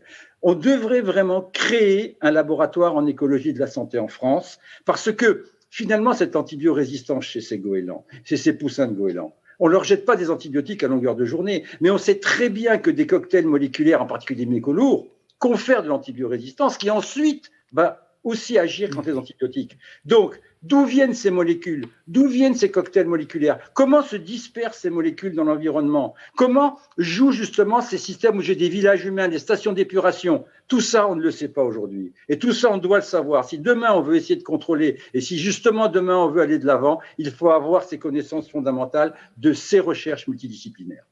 Observatoire de la santé. Oui, Marc-André Sellos. Voilà, je suis vraiment tout à fait aligné avec ce qui vient d'être dit. Alors c'est dommage parce que du coup, il n'y a pas de contradiction. Je voudrais insister sur une belle absente de notre façon de voir le monde et de l'aménager, c'est l'évolution. Tu parlais d'évolutionniste, François. Ah oui, oui. Alors, bon, on a utilisé les antibiotiques finalement sans prendre conscience que quand on utilise un antibiotique, on va sélectionner quelque chose qui va résister à cet antibiotique. Et il y a des façons de faire. Par exemple, en disant, pendant 5 ans, on ne va plus utiliser cet antibiotique. La sélection va diminuer et on risque bien, au bout de 5 ans, qu'il n'y ait plus de problème avec ça. L'évolution, la conscience de l'évolution, c'est comprendre que quand on fait un geste, ce geste, il va bien sûr avoir un effet le jour J, mais un effet aussi le lendemain, parce qu'il va entraîner une sélection sur les organismes qu'il a visés. Aujourd'hui, aux États-Unis, on a des endroits où on ne peut plus utiliser le glyphosate. Parce qu'en fait, on a des résistances au glyphosate. On a, en une quinzaine d'années, une trentaine d'espèces résistantes au glyphosate qui sont apparues. Pourquoi? Parce qu'on a martelé tous les ans avec, on a fait une forte pression de sélection, ça a sélectionné les résistances. Il aurait fallu alterner les méthodes de lutte. Alors, ce qui est marrant, c'est que... Il y aurait eu des pistes, vous voulez dire, dès la conception, en fait, il y a des pistes, il faut réfléchir à ce qu'on fait. Dans la conception, de la façon dont on va appliquer la méthode. Et je vais vous dire, il y a des fois où, tout à fait par hasard, empiriquement, on arrive à trouver des bonnes solutions d'un point de vue évolutif. Prenons le cas du sida, la trithérapie. La trithérapie, elle travaille avec 3 drogues. Pour qu'un virus s'en sorte face à ça, il faut qu'il ait 3 mutations. La probabilité d'une mutation est en gros une chance sur 1 million. Pour avoir les 3 à la fois, il y a une chance pour 1 million, 2 millions, 2 millions qu'un virus ait les 3 d'un coup. Et bien ça, c'est beaucoup plus que la population de virus d'un individu. Donc là, on a quelque chose qui est imparable évolutivement. Mais on n'a jamais cette vision évolutive. Et je vais vous donner un dernier exemple. Je suis bavard, mais il y a un dernier exemple. Tout le monde est convaincu qu'à la pêche, il ne faut pas pêcher les petits, qu'il faut prendre les gros et relâcher les petits pour les repêcher quand ils seront gros. Je vous dis, on a fait ça avec les sardines, et ça n'a pas manqué. Toutes les sardines qui sont naines à l'état adulte peuvent se reproduire. Celles qui sont de taille normale à l'âge adulte, elles ont une bonne chance de se faire pêcher. Le bilan, c'est que dans le golfe de Gascogne, en 10 ans, les sardines, à l'âge d'1 an, elles sont passées de 18 à 14 cm. Et elles ont leur poids a chuté d'un facteur 2. Et ça, cette méthode-là, qui est une méthode qui est réglementaire, on ne pêche pas au-dessus d'une certaine taille, c'est une réglementation, mais c'est une absurdité évolutive, ça sélectionne des nains, et on le voit sur les sardines dans le golfe de Gascogne, et d'ailleurs aussi dans le golfe du Lion, avec un léger retard, mais c'est la même chose. Donc, vous voyez, on a des gestes qui sont des acrasies, c'est-à-dire qu'elles sont au contraire de ce que la logique dicterait, parce qu'on ne voit que leur effet à court terme. C'est vrai que le jour suivant, les petits deviendront grands pour aller pêcher. Mais un peu plus tard, c'est une victoire à la Pyrrhus, on mange le tapis. On ne voit absolument pas à long terme, on ne prévoit pas ce que l'on veut faire. C'est le changement de paradigme, il serait là aussi. Un peu d'évolution dans le biberon des plus jeunes pour qu'ils aient toujours l'idée. Un peu d'évolution dans le biberon un geste de tous, même des plus grands. A des conséquences sur l'évolution et donc des conséquences sur le J+1. Pour apprendre justement à cohabiter avec tous ces micro-organismes et à évoluer sans cesse finalement, avec. C'est ça. Je vais essayer de prendre une image concrète qui peut parler à tout le monde. Finalement, c'est pas toujours celui qui pense dominer qui gagne. Si je prends l'exemple dans la presse que j'ai pu lire, le match PSG-Bayern de Munich. Manifestement, le Bayern de Munich a dominé, pourtant il a perdu. L'homme pense dominer le système, mais je suis pas sûr qu'il soit en train de gagner parce qu'il ne sait pas comment le prendre, ce système.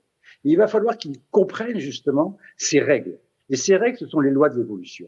Il ne veut pas aller contre. Il ne veut pas aller contre ces lois de l'évolution. Il ne veut pas aller contre les compétitions. Je vais vous donner un exemple. Un exemple sur lequel j'ai travaillé il y a très longtemps maintenant.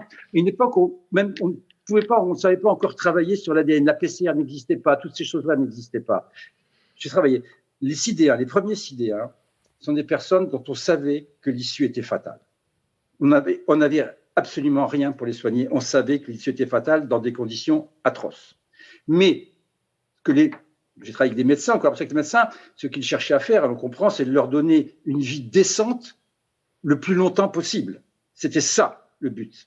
Or, une des premières maladies qui apparaissent, parce que le sida provoque une immunodépression, et donc on a tout ce qu'on appelle les pathogènes opportunistes, qu'on porte tous nous, mais que l'on régule, que notre système immunitaire régule. Et donc, parmi ces pathogènes opportunistes, il y avait ce qu'on appelle le muguet, c'est-à-dire des candidats, c'est-à-dire les mycoses qui sont dans la sphère oropharyngée et qui, à force de se développer, débordent, et c'est absolument, la personne ne peut plus se promener dans la rue, ça devient indécent pour elle. Donc, on cherchait à traiter ces proliférations, je dirais, fongiques, à l'aide justement d'antifongiques, et le fluconazole en particulier.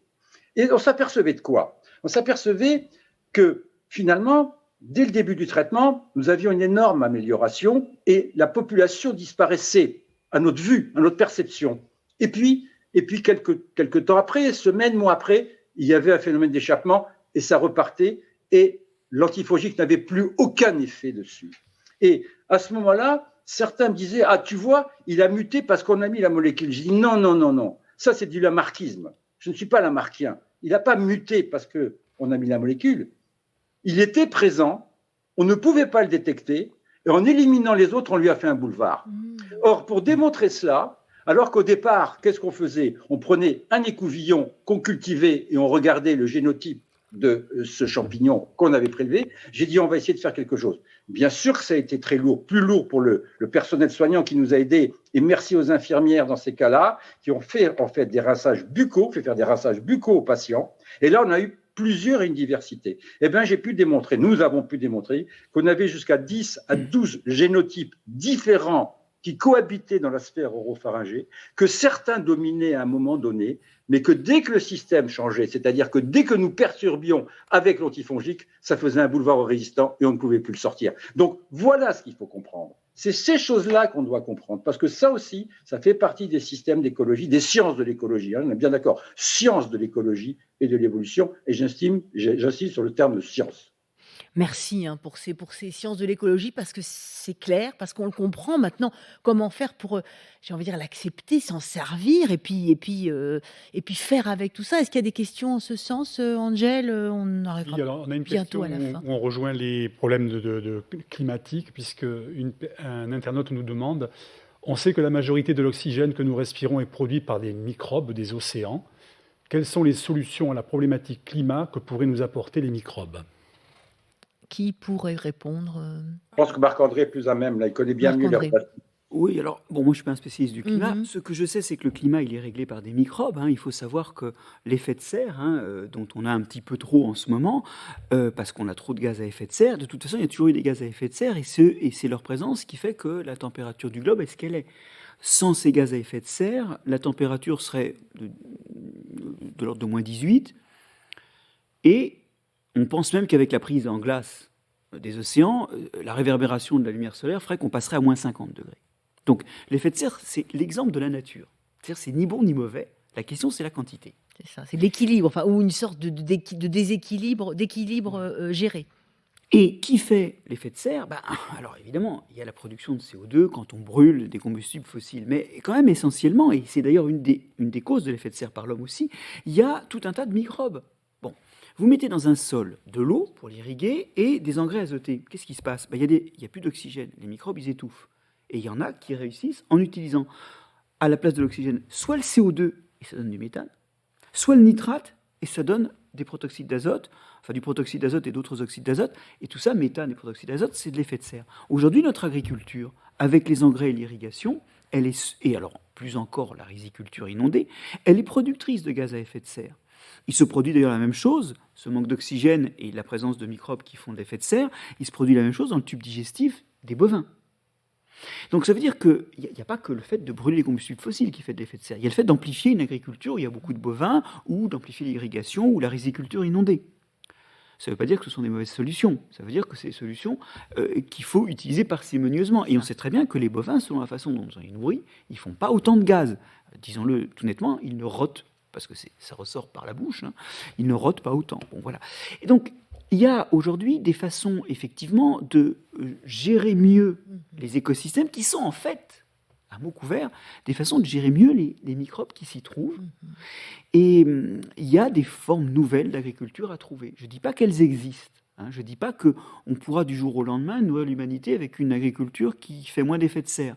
Mais clairement, l'agriculture, alors de mémoire, je crois que c'est 20% de la production de l'effet de serre produit par l'homme, hein, il y a des méthodes pour envisager, et il faut des recherches aussi pour envisager une agriculture plus respectueuse finalement de notre climat. Et puis une dernière chose, hein, c'est que bon, on a tous les yeux tournés vers l'Amazonie, on fustige Bolsonaro, mais pendant ce temps-là, on laboure. Je vous ai dit tout à l'heure, labour, c'est pas si bon parce que ça détruit les champignons, mais ça aère le sol. Quand vous mettez de l'oxygène dans le sol, il y a des tas d'organismes qui respirent et vous déstockez la matière organique qui est dans le sol. Nos sols agricoles ont perdu, les estimations varient, mais entre 40 et 70% de leur stock de matière organique. Et tout ça, c'est retourné le CO2 dans l'air. Au lieu d'aller enquiquiner Bolsonaro avec l'Amazonie, qui en a cure de nos reproches, ayons un programme ambitieux pour mettre nos déchets organiques dans les sols agricoles et restocker du CO2. Et gérons ces sols de façon à ce que les microbes puissent y respirer, oui, mais pas trop, et que la matière organique stockée reste là.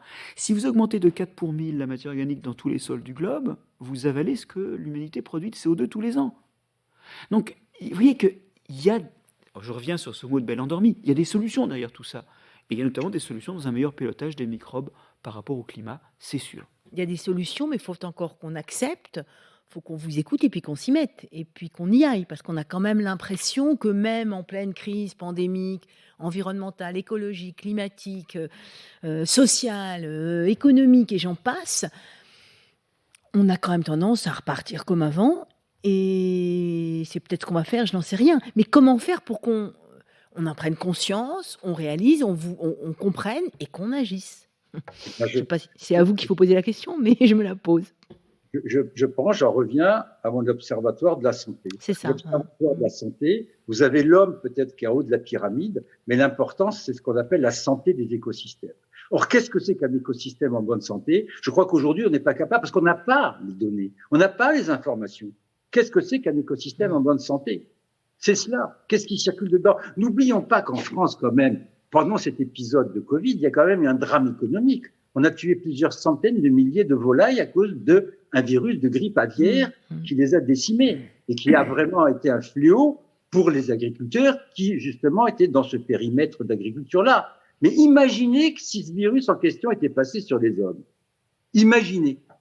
Et qu'est-ce qu'on en sait? Comment le contrôler, ça? On ne contrôlait rien du tout. Ça ne s'est pas produit. Tant mieux. C'est vrai qu'en santé vétérinaire, comme des fois, quand je discute avec mes collègues vétérinaires, c'est pas du tout la même chose qu'en santé humaine. Hein. En santé vétérinaire, vous avez un poulet qui tousse ou un canard qui tousse, on tue les 1000 qu'il y a autour. On peut pas faire ça en santé humaine. Hein. Ça, c'est pas possible, hein, parce que là, ça ferait des ordres. Hein. Mais vous voyez ce que je veux dire? Mais avant d'en arriver à des extrêmes comme ça, essayons de travailler en amont. Et pourquoi, je veux dire, ces écosystèmes-là, à un moment donné, génèrent la possibilité d'avoir ces émergences qui peuvent ensuite se répercuter sur l'homme. Et à un moment donné, je vais vous dire, en Allemagne, je ne sais plus si ça se fait, mais ça s'est fait il y a quelques années. Et en Allemagne, il se passait une chose, c'est que lorsqu'un agriculteur qui élevait des porcs arrivait à l'hôpital, il était mis en quarantaine. Pourquoi il était mis en quarantaine? Parce que dans l'écosystème hospitalier, il y a vraiment des gens qui sont malades, donc ils sont en souffrance immunitaire. Or, le traitement des antibiotiques qui se faisait à cette époque-là, dans cette région-là d'Europe, faisait que les hospitaliers, les systèmes hospitaliers craignaient, et ils avaient raison, que ces personnes-là, saines, abritaient des bactéries très résistantes qu'ils avaient eues au contact des animaux qu'ils avaient eux-mêmes traités et qu'ils pouvaient ensuite les transmettre aux patients. C'est ça qui est terrible, mais c'est ça qu'il faut comprendre, d'une façon générale. Et ça, c'est de l'acquisition de connaissances. Il faut mettre en place des systèmes que nous n'avons pas aujourd'hui et que l'on doit absolument développer si on veut aller plus loin. Oui. Et ça ne se fait pas sans les citoyens. Et donc, j'en reviens à la nécessité de mieux former la jeunesse, de lui donner plus d'outils, et notamment les jeunes décideurs, les jeunes politiques, qui sont d'une culture, ils l'avouent eux-mêmes. Enfin, moi, je travaille avec des parlementaires qui m'ont des fois posé des questions assez étranges parce que j'ai réalisé que quand je faisais des cours, des conférences à des classes de seconde, en fait, il y avait plus de connaissances des objets dont je parlais en seconde qu'il n'y en avait dans l'Assemblée. Donc, on a besoin vraiment de former mieux, parce qu'on ne fera pas sans les citoyens. Une fois de plus, si jamais, et François le dit très bien, on ne sait pas encore qu'est-ce que c'est qu'un écosystème en bonne santé, mais si un jour on dit, voilà, ça ne peut pas marcher, ça a plus de chances de marcher, il faut si jamais c'est un peu plus cher, par exemple, que les gens ils aient envie d'acheter un truc plus cher. Et ça, on a un vrai problème avec ça. Il faut qu'il y ait une adhésion citoyenne. On l'a bien vu au moment de la vaccination. On ne peut pas vacciner des gens qui n'ont pas envie de se faire vacciner. Enfin, en Europe, en tout cas. Bon, en Chine, c'est différent. Mais donc, il faut vraiment une adhésion citoyenne. Et donc, c'est pas un truc de spécialiste, ce dont parle François. C'est un truc qui doit résonner dans les citoyens. Et ça reste vraiment, vraiment organisé. Et notamment dans ceux des citoyens qui nous représentent et qui sont censés prendre des décisions pour nous en connaissance de cause, ceux qui sont foutus de faire, en fait. Oui, tout à fait. Je rebondis pour finir sur ce que dit Marc-André sur les citoyens, bien sûr, parce que je pense que les gens doivent prendre conscience de cela, et c'est extrêmement important, et que ça coûtera beaucoup moins cher que de mener justement des recherches en amont, des recherches fondamentales, qui permettront justement de pouvoir étouffer, de pouvoir éteindre l'incendie avant qu'il ne démarre, que regarder aujourd'hui la crise économique que crée justement cette pandémie. Eh bien, si on avait pu juguler ça dès le départ, on n'en serait pas dans cette situation aujourd'hui. Et si on y est, c'est parce qu'on manque de connaissances et qu'on ne développe pas ce champ scientifique thématique. Et ça, c'est une énorme erreur. Oui, la misère écologique crée de la misère économique. Ça, c'est vraiment un truc important. Et puis, il y a aussi des choses qui sont terribles. C'est la façon dont les impacts sont cachés. Pour les petits bateaux, j'ai eu à résoudre la question suivante. Une petite fille qui demandait pourquoi le bio, c'est plus cher. Et la réponse, c'est que le bio n'est pas plus cher. Si on compte le coût des maladies que portent les agriculteurs qui manipulent des pesticides ou des maladies induites sur la population, si on porte ce coût-là, le bio est moins cher. Et ça veut dire qu'il faut un raisonnement assez compliqué pour voir que la santé, l'âge moyen auquel on va avoir un cancer, la fréquence des cancers, ça dépend aussi du type d'agriculture. Ça demande une vision systémique que des écologues sont capables d'envisager, mais qui sont durs à envisager spontanément pour nos citoyens dans l'état de formation où ils sont, ou dans l'état de compréhension où ils sont. Et qui sont durs à envisager en 2 secondes, très très rapidement, parce que vous pensez sur le long terme, et il faut bien essayer de penser cette complexité-là dans son ensemble, et sur le long terme. On va arriver au terme de cette conférence. Angèle, est-ce qu'il y a une question pour conclure? Il y a une question qui est un petit peu technique, mais que je crois intéressante. Donc je vous la livre. Est-ce qu'on peut avoir des dysbioses provoquées par des virus qui ne s'en prendraient pas à l'hôte que nous sommes, mais plutôt au microbiote que nous hébergeons? Est-ce une piste étudiée aujourd'hui? Bien sûr qu'il peut y en avoir. Tout à fait. Ce que je veux dire par là, c'est que coronavirus, il s'attaque à nos cellules, je dirais plus spécifiquement aux cellules des voies respiratoires. Mais imaginez que vous ayez des virus qui viennent détruire, qui viennent attaquer votre flore bactérienne, mais vous digérez plus, et vous allez être malade. Et je ne sais pas si ça ne se produit pas dans les dysbioses, parce que chaque fois qu'il y a une dysbiose, on n'étudie pas, finalement, on cherche à soigner. Le problème, c'est que on est là quand le mal est fait. Donc on cherche à soigner. Mais pourquoi ce mal est venu? Tout le problème est là. Et est-ce que la personne qui présente une dysbiose et qui arrive en détresse au niveau de l'hôpital et qu'on va soigner, est-ce que finalement, cette dysbiose-là n'est pas due, justement, à une attaque virale qu'il a subie pour des raisons X ou Y, Et aujourd'hui, ce que je veux dire par rapport à ça, c'est que pour moi, il y a une voie extrêmement intéressante dans, justement, la lutte contre, je dirais, les bactéries qui sont à l'origine des dysbioses, c'est-à-dire ces bactéries pathogènes qui ont pris le pas sur les autres et qui ont des déséquilibres. C'est finalement, je trouve que le terme est pas beau du tout, mais c'est ce qu'on appelle la transplantation fécale. C'est-à-dire que c'est de pouvoir ensemencer finalement l'écosystème intestinal, parce que c'est un écosystème, comme on peut ensemencer un champ ou une forêt, c'est ensemencer l'écosystème intestinal avec des bactéries qui vont venir en compétition pour rétablir le système. Et ça, je trouve que c'est une voie extrêmement intéressante. Et je dirais qu'au-delà de la transplantation fécale qui transmet des bactéries dans l'intestin, ce serait de récupérer le filtrat de ces bactéries, puisque ce sont des guerres moléculaires que se livrent entre eux les micro-organismes, et peut-être qu'avec ces filtrats, ce seraient des processus naturels pour venir justement lutter contre les bactéries qui sont présentes et qui provoquent la dysbiose, et ça nous éviterait en tous les cas une utilisation trop prononcée des antibiotiques. Ouais, là, ça serait vraiment une étude et une coopération avec toutes ces bactéries que nous hébergeons à l'intérieur de notre intestin. C'est aussi d'accepter de faire complètement autrement. Oui, c'est ajouter une flèche à son carquois. C'est ça. C'est pas une mauvaise nouvelle en soi. Ah non, c'est même une bonne Et en plus, nouvelle, alors au passage, il faut quand même dire que ces recherches sur le microbiote, notamment intestinal, c'est quand même, on a des stars en France là-dessus. C'est quand même un des réussites de la recherche française des années. Ils avaient commencé à faire des recherches, à jouer en Josas dès les années 90. Et ce qui m'inquiète, c'est que je ne sais pas si dans l'état de financement actuel de la recherche, il pourrait mener on a des pépinières de ce genre d'excellentes. Et oui, parce que la recherche aujourd'hui est trop orientée vers justement l'économie. Qu'est-ce qu'il faut faire? Qu'est-ce que ça va rapporter? Il faut des industriels. Très bien, j'ai rien contre, mais ne confondons pas recherche et innovation. Ce que je veux dire, le vaccin ARN, aujourd'hui, c'est de l'innovation. Mais on utilise des données, on utilise des connaissances de la recherche fondamentale. Et celle-là, vous ne pouvez pas vous en passer. Si vous n'avez pas les briques, vous ne ferez pas votre maison. Je pense qu'on va s'arrêter là-dessus. Je vous remercie infiniment d'avoir véritablement animé ce débat, faire avancer nos connaissances, notre réflexion, peut-être faire bouger les choses pour aller plus loin. Chers amis internautes, je vous renvoie, alors non pas sur les observatoires de la santé, quoique on aimerait bien, mais sur l'ouvrage collectif L'écologie de la santé, auquel vous avez participé, François Renaud, coédité par le CNRS aux éditions du Cherche Midi. Je renvoie bien sûr sur tous vos ouvrages aux éditions Actes Sud, Marc-André Sellos, Jamais seuls ces microbes qui construisent les plantes, les animaux et même les civilisations, mais aussi sur une BD qui vient de paraître chez Dargaud, Sous nos pieds. Et bientôt en septembre prochain, on l'attend impatiemment, Le sol, l'origine du monde. Merci de nous avoir partagé vos recherches, vos colères qui pourraient même être bien pires que ça, vos pistes de réflexion, d'interrogation pour cohabiter donc avec tous les vivants, tous les micro-organismes sur Terre. C'est ce qu'on fait, c'est ce qu'on devrait faire. En tout cas, c'est le meilleur que l'on puisse se souhaiter collectivement et individuellement. On l'a bien compris, on n'est jamais seul, c'est ça. Merci en tout cas de nous suivre, chers amis internautes. Merci à vous. Oui, merci beaucoup à vous, François Renaud depuis Montpellier.